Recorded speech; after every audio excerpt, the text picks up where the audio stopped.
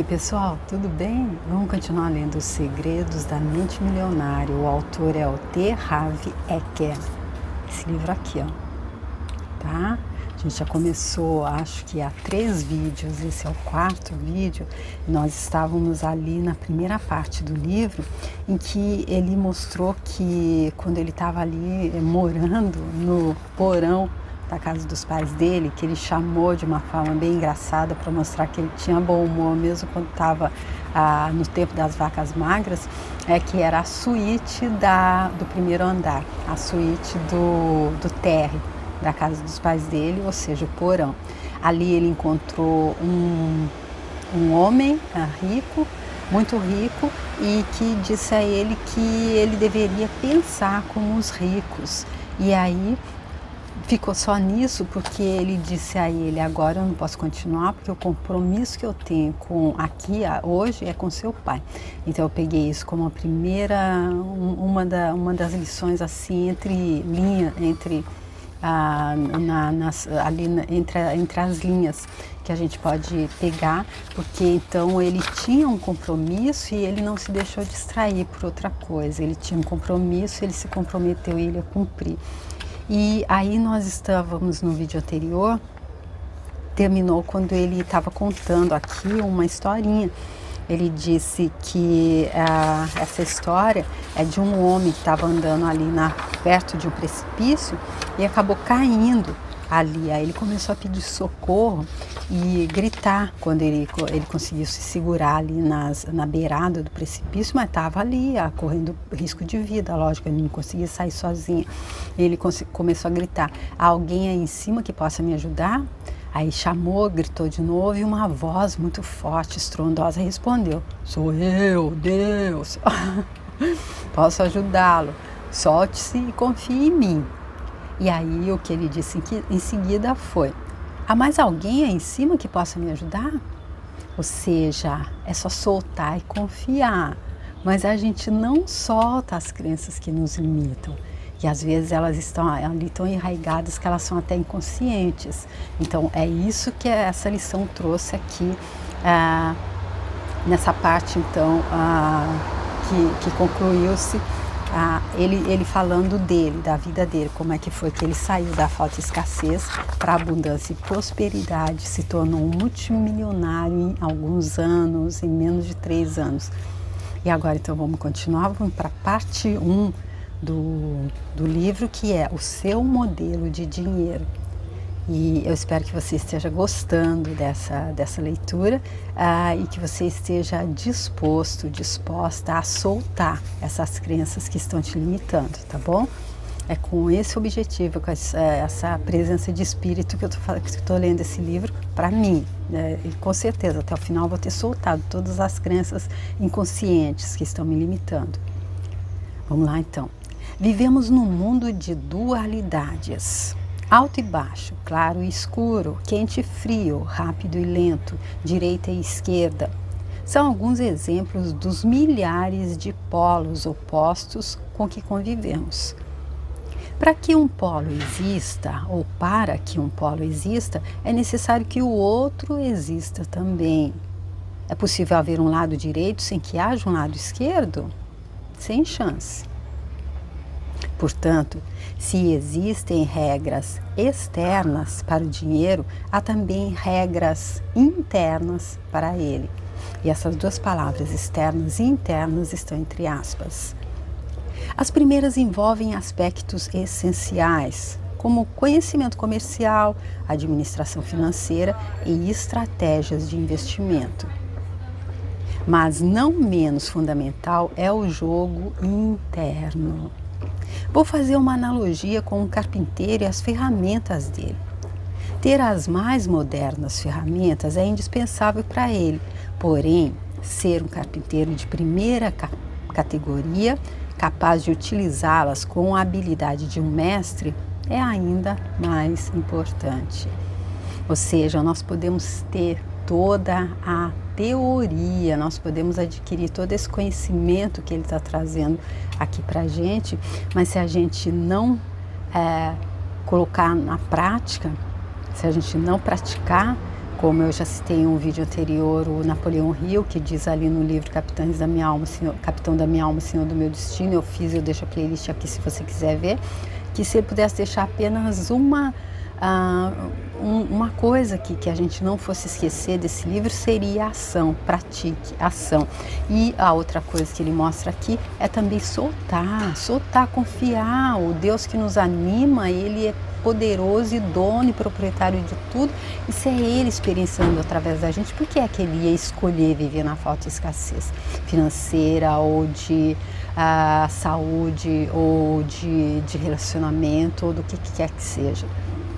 Então, a gente tem que ser capaz, não adianta ter as melhores ferramentas, como eu já disse anteriormente também, fazer todos os cursos, ler todos os livros, se a gente não tiver esse discernimento, não tiver essa capacidade para usar, para colocar em prática. Pelo menos foi dessa forma que eu interpretei, tá bom?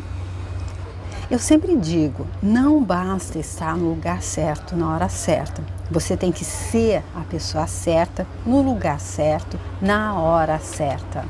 Nunca tinha ouvido dizer dessa forma, sempre ouvi dizer, tem que se estar no lugar certo na hora certa. Mas e se a gente está no lugar certo na hora certa, mas nós não somos a pessoa certa? Nós não temos a capacidade para utilizar as ferramentas que nos vão ser dadas. Quem é você então? Como você pensa? Quais são suas crenças? Quais são os seus hábitos e as suas características? Qual é a sua opinião sobre si próprio? Quanta confiança você tem em si mesmo? Como é o seu relacionamento com as pessoas? Até que ponto você confia nelas? Você realmente acredita que merece ser rico? Qual é a sua capacidade de agir apesar do medo, da preocupação, do incômodo, do desconforto? Você consegue ir em frente mesmo quando não está disposto a fazer isso? O fato é que o seu caráter, o seu pensamento e as suas crenças são os fatores que determinam o seu grau de sucesso. Stuart Wilde, um dos meus escritores favoritos, apresenta a questão da seguinte maneira: a chave do sucesso é despertar a própria energia, pois isso atrairá as pessoas até você. E quando elas aparecerem, fature. Olha aqui então. O caráter, o pensamento e as crenças são os fatores que determinam o nosso grau de sucesso. E aí ele passa essas perguntinhas aqui, que se a gente responder com sinceridade, então acredito que a gente percebe qual é o nosso grau de sucesso, não é? Quem é você? Como é que a gente se define? Quem sou eu? E não é aquela coisa de profissão, de gênero, eu acredito. Então, quem sou eu? Como é que eu penso? Quais são as minhas crenças? Quais são os meus hábitos? E a minha opinião sobre mim mesma? Quanta confiança eu tenho em mim mesma e como é a relação com as pessoas, até que ponto eu confio nas pessoas também, e realmente eu acredito que eu mereço ser rico, ou aquelas crenças limitantes, aquilo que me passaram ali no início, quando eu ainda era uma criança, que rico não entra no céu e tudo que eu mais quero é entrar no céu. Então, por mais que eu diga eu quero ser rico, tem uma coisa ali dentro que fala não posso ser rica, não posso ser rico, porque senão eu não entro no céu. E qual é a minha capacidade de agir apesar do medo? Será que o medo ainda me paralisa? Ou será que eu sou capaz de saltar no desconhecido? Olha que eu estou fazendo isso na prática, gente. Saltar no desconhecido, como uma pessoa que eu acompanhei bastante tempo, a Thaisa Campos, ela sempre dizia: saltar no desconhecido, explorar o inexplorado e receber do desconforto. Exatamente isso que eu fiz. Ou tem uma outra coisa que eu li também, é uma outra historinha para ilustrar isso, que é saltar no desconhecido. Havia um sábio e um súdito dele passeando assim, passaram ali em um lugar, tinha uma família pobre mesmo, ali muito pobrezinha, eles só tinham uma vaca. Daquela vaca eles tiravam alguns litros de leite, a metade eles vendiam e compravam algum alimento, alguma coisa, a outra metade eles consumiam. Aí o sábio jogou a vaca deles no precipício e o súdito perguntou: "Oh, mas por que o senhor fez isso? Que maldade, como é que eles vão sobreviver agora?" Ele disse: "Agora eles vão agora eles não vão apenas sobreviver, eles vão começar a viver." E aí passaram lá depois de alguns anos e realmente eles haviam progredido. Às vezes a gente tem que jogar a nossa vaca no precipício, gente. Aquela situação ali que a gente está na zona de conforto, tá quentinho e lá fora tá frio, eu vou ficar aqui mesmo, mas tá tão é confortável, mas não é isso que eu queria, não é isso que a minha alma tá dizendo que é para eu viver. Ah, mas eu vou ficar, que eu tenho medo do desconhecido. Aí então a gente vai continuar naquela escassez, apenas sobrevivendo. A professora Luceliana também citou um filósofo, que eu não lembro quem agora, se foi Sócrates, Platão, não sei qual deles, ou se um terceiro, que disse nem todos os homens vivem, alguns apenas sobrevivem. E eu acredito que enquanto a gente está deixando o medo nos controlar, a gente está nessa categoria. Então aí a pergunta é essa: você consegue ir em frente mesmo quando não está disposto a fazer isso, mesmo quando o medo está te tolhendo? Porque a historinha lá do vídeo anterior é aquela, né, que a gente realmente deve confiar, que se a gente levanta o pé, Deus põe o chão, não é? E então ele diz que esse escritor diz que o problema, ele apresenta a questão dessa maneira: a chave do sucesso é despertar a própria energia, pois vai atrair as pessoas até a gente. E aí os princípios de riqueza, ele traz aqui: os seus rendimentos crescem na mesma medida em que você cresce. Os Abrahams, ali no livro Peça Ser Atendido, eles dizem que a gente deve aprender a receber para poder ser, fazer e ter tudo que a gente deseja. Então, antes de fazer e ter tudo que a gente deseja, a gente precisa ser. E para ser tudo que a gente está aqui para crescer, não é? Então, ele dizendo: os seus rendimentos crescem na mesma medida em que você cresce. Por que o seu modelo de dinheiro é importante? Você já ouviu falar de pessoas que desabrocham financeiramente? Esse desabrocham entre aspas. Já notou que alguns indivíduos ganham rios de dinheiro e depois perdem tudo? Ou começam aproveitando uma excelente oportunidade e em seguida deixam o bolo desandar? Agora você sabe qual é a verdadeira causa desse problema. Por fora, parece má sorte, uma oscilação na economia, um sócio desonesto, seja lá o que for. E por dentro, porém, a questão é outra. É por esse motivo que, se uma pessoa ganhar muito dinheiro sem estar interiormente preparada para isso, o mais provável é que a riqueza dela tenha vida curta e ela acabe sem nada. Aquele exemplo que nós trouxemos ali no primeiro e segundo vídeos, a pessoa, quantos casos eu já li na mídia de pessoas que ficaram milionárias da noite para o dia ganhando na loteria e daqui a 2, 3 anos não tinham nada. Ou a gente vê exemplos de profissionais também, seja na área artística ou esportiva ou qualquer que seja, que crescem tanto, ganham tanto dinheiro e daqui a pouco a gente vê eles aí tendo que ir para o asilo dos artistas, tendo que estar vendendo água de coco na praia. Não que isso seja nada que desinvalide a pessoa, mas é caminhando no sentido contrário à prosperidade. Então, ele está dizendo que é exatamente aquela coisa do exterior e o interior. Se o exterior pode até tá dando, mas se o interior não estiver pronto, não souber cultivar, aí não adianta que a gente volta para estaca zero. A maioria das pessoas simplesmente não tem capacidade interna para conquistar e conservar grandes quantidades de dinheiro e para enfrentar os crescentes desafios que a fortuna e o sucesso trazem. É sobretudo por causa disso que elas não enriquecem. Eles estão trazendo novamente citando o livro dos Abrahams, Peça Ser Atendido, eu deixo a playlist aqui, eles dizem exatamente isso, que eles seriam repetitivos, porque a mensagem é única e é simples e é direta, mas ele está se repetindo, olha aí de novo, então ele explicando o que é isso que impede, são aquelas pessoas então que o dinheiro tem... que eles não são capazes, então não tem capacidade interna para conquistar e conservar grandes quantias de dinheiro e nem enfrentar os crescentes desafios que a fortuna e o sucesso trazem. Um bom exemplo são os que ganham em loterias. As pesquisas mostram continuamente que seja qual for o tamanho do prêmio, a maior parte desses felizardos acaba voltando ao seu estado financeiro original. Isto é, a ter a capacidade de dinheiro com a qual conseguem lidar com mais facilidade.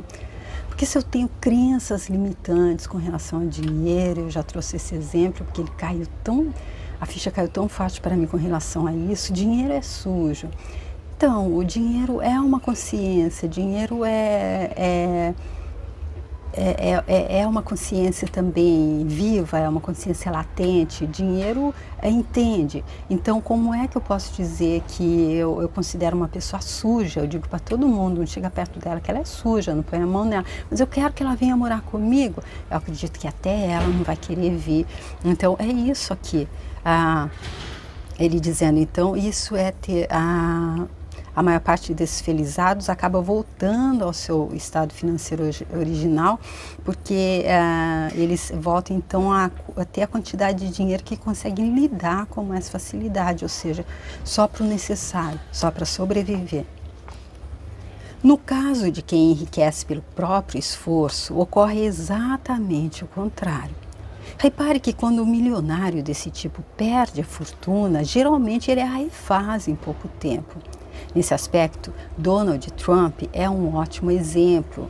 Ele tinha bilhões de dólares e perdeu cada centavo. 2 anos depois, recuperou tudo e até conseguiu mais. Não sabia desse detalhe da vida do Donald Trump, mas eu já ouvi outros exemplos de pessoas que perderam tudo por talvez uma intempérie, ou a enchente veio, ou pegou fogo, ou qualquer coisa. Perderam tudo, ou a bolsa quebrou e eles se recuperaram. Então, tanto de um lado como do outro, para mostrar que é o interno que comanda. Como se explica esse fenômeno? É simples. Pessoas assim podem perder todo o dinheiro que possuem, mas jamais perdem o ingrediente mais importante do sucesso, a mente milionária. No caso de Trump, a mente dele é milionária, claro. Você já percebeu que ele nunca poderia ser apenas um milionário? Como você acha que ele se sentiria a respeito do sucesso financeiro se o patrimônio líquido dele fosse $1 milhão? Provavelmente arruinado, um completo fracasso financeiro. E aqui ele traz a diferença ali, ele disse ali atrás que a pessoa que ganha milhões e milhões, depois, quando perde tudo, é porque ela não consegue lidar com o interno dela, com todos aqueles milhões. Já quem tem a mente milionária, ele pode até ter 1 milhão, se o patrimônio dele for 1 milhão, coisa que tanta gente almeja, ter 1 milhão, essa pessoa da mente milionária, ela se tiver 1 milhão só, ela vai se sentir arruinada, um completo fracasso financeiro. Isso acontece porque o termostato, entre aspas, financeiro desse empresário está regulado para produzir bilhões e não milhões. Algumas pessoas têm um termostato financeiro programado para gerar milhares e não milhões. Outras têm um termostato ajustado para criar algumas centenas. Finalmente, existem aquelas cujo termostato financeiro está condicionado a funcionar abaixo de 0. Elas estão congelando e nem sabem por quê. Chamam aqui o responsável, o culpado, o termostato interno. A realidade é que a maior parte das pessoas não atinge seu pleno potencial, não é bem-sucedida. As pesquisas mostram que 80% dos indivíduos jamais serão financeiramente livres como gostariam e 80% deles nunca se considerarão de fato felizes. Eu acredito que tenha sido essa também a porcentagem aplicada ali pelo Napoleão Hill no livro Pense e Enriqueça. Não tenho certeza se era 2 ou 20% que ele dizia que estava ali entre os da mente milionária, e os 80% restantes são aqueles que têm o termostato, então, que funciona ou funciona de uma forma ajustada para criar algumas centenas apenas, ou até aqueles que o termostato funciona abaixo de 0, e aí eles estão congelados e nem sabem por quê. O motivo é simples.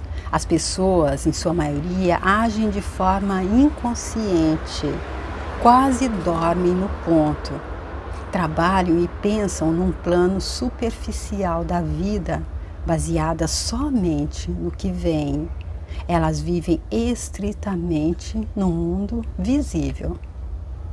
Não sei se é exatamente isso que ele quis dizer, mas são aquelas pessoas que então se baseiam só no externo e quase nunca se acalmam e veem o que está acontecendo no interior.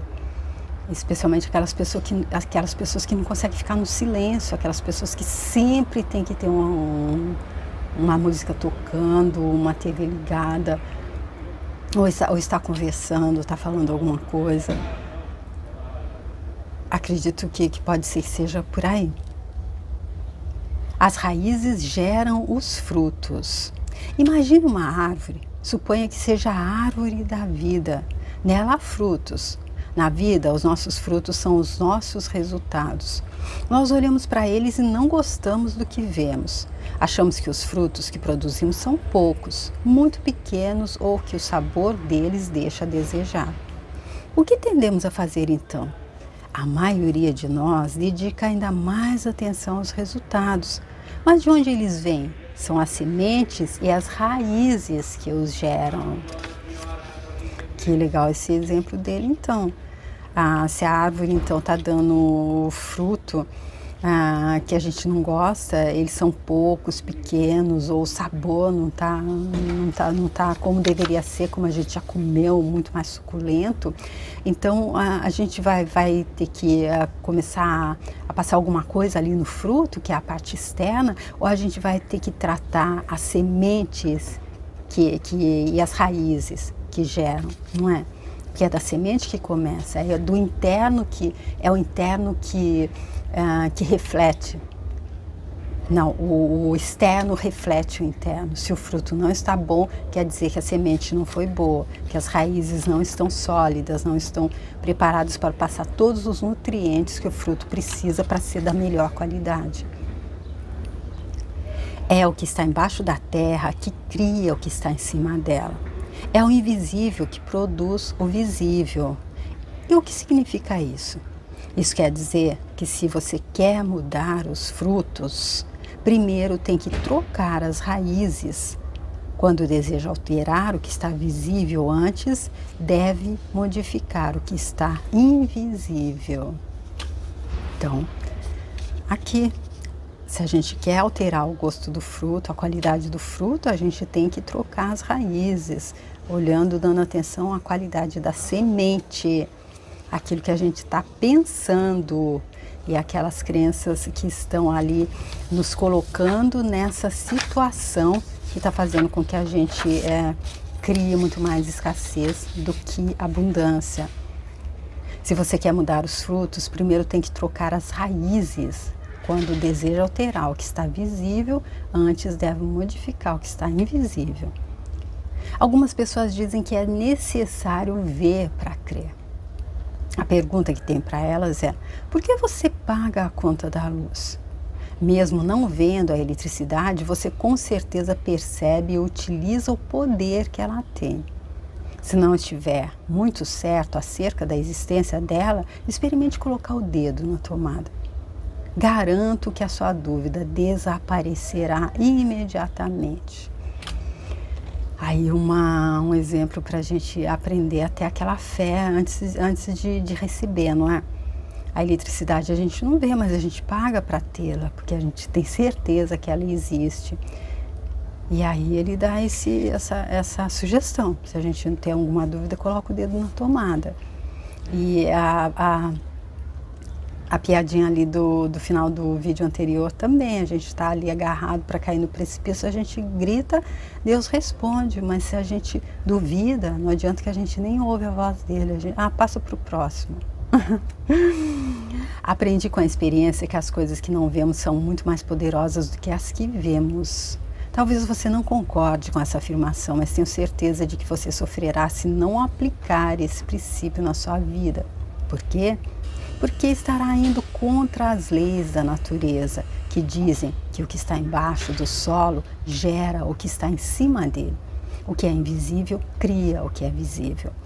Ou seja, na Ciência de Ficar Rico, ele diz que o que a gente deve saber é sempre, sempre, sempre, a gente deve tornar isso como parte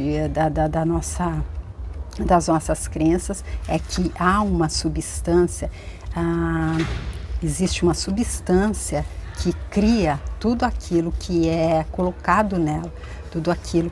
Há uma matéria pensante da qual todas as coisas são feitas e que em seu estado original, o estado original dessa matéria, permeia, penetra e preenche os interespaços do universo.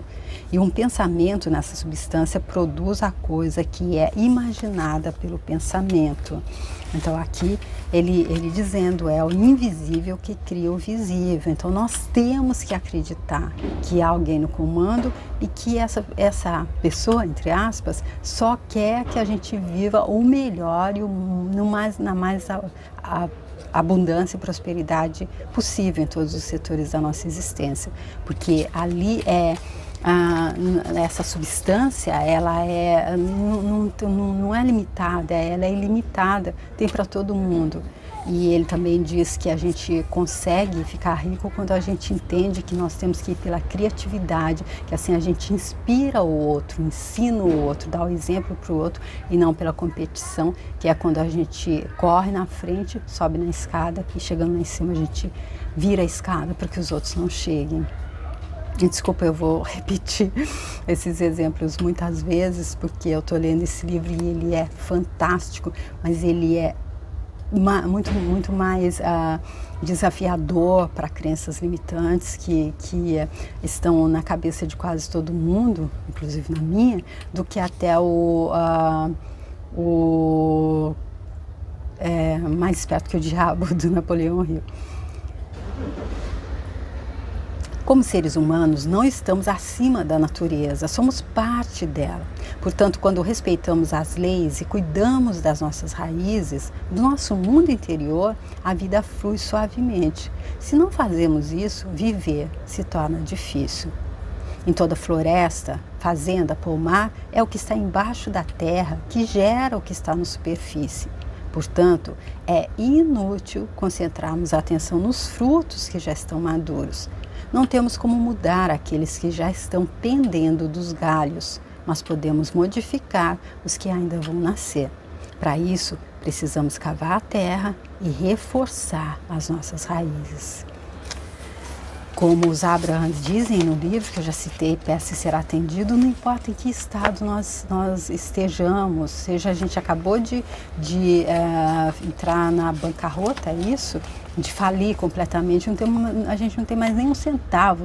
A gente acabou de ser diagnosticado com uma doença terminal, a gente acabou de terminar um casamento, uma relação. Ou seja, não importa em que estágio nós estejamos, dali a gente pode crescer, a gente pode sair, a gente pode dar a volta por cima. Porque a gente tem que mudar de dentro, não pegar o fruto que não está bom, que já está caindo do galho, e passar alguma coisa nele, injetar alguma coisa para que ele fique bom. Não, a gente tem que ir lá, escolher melhor a semente, encontrar sementes de qualidade, que as raízes vão ficar muito mais sólidas, muito mais fortes, vão passar toda a seiva necessária para que esses frutos sejam os melhores possíveis. Da mesma forma com a gente, nós temos que mudar o interno para que o externo, então, seja o melhor possível. Tá bom, gente? Ficando aqui, então, nesse vídeo e pedindo a você sugerindo a você, se quiser, se tiver gostado desse vídeo, quiser curtir, compartilhar, comentar, muito obrigada. Se quiser entrar lá no meu canal e ver os outros vídeos que eu tenho lá, também, muito obrigada. E eu espero te ver para a gente dar continuidade a esse relato fantástico do T. Harv Eker, que está nos ensinando então os segredos da mente milionária. E até o próximo vídeo, então, tchau!